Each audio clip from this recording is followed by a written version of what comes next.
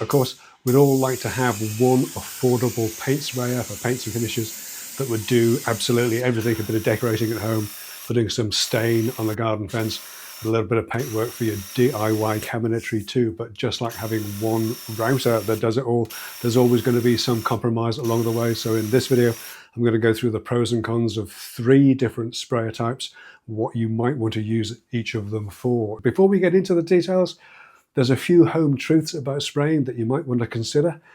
Spraying is messy, it just is. You can minimize the mess, but you're turning a liquid paint or stain or lacquer into a cloud, and you're pointing that cloud at whatever it is you're trying to paint. Most of it will hit the mark, but some of it will always miss, and that overspray can cause you a bit of a headache. Now, every manufacturer of every different system will tell you that theirs produces less overspray than the others.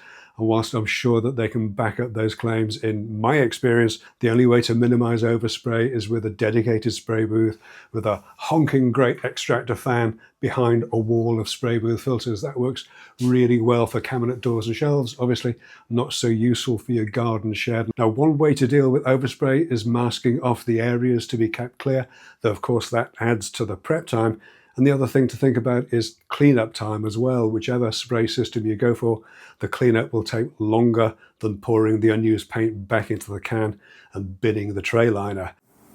Let's start with the compressor option. If you've already got the compressor, or if you're thinking about buying one, then adding a spray gun into the mix to get that silky smooth finish has a lot of appeal. So the pros and cons of adding a spray gun to your compressor: on the positive side, it can be a cheap place to start and simple too. It can be quiet as well. The compressor only runs when it needs to, and it doesn't have to be in the same room if you've got a long enough air hose. The fittings on the air hoses and guns are pretty much universal. Your brand of compressor won't tie you to a specific gun, for example, and there are plenty of cheaper spray guns available, whether that's a middle aisle or Amazon special. The paint is contained just in the cup and the gun, so it's relatively easy to clean up to and to change colors and finishes.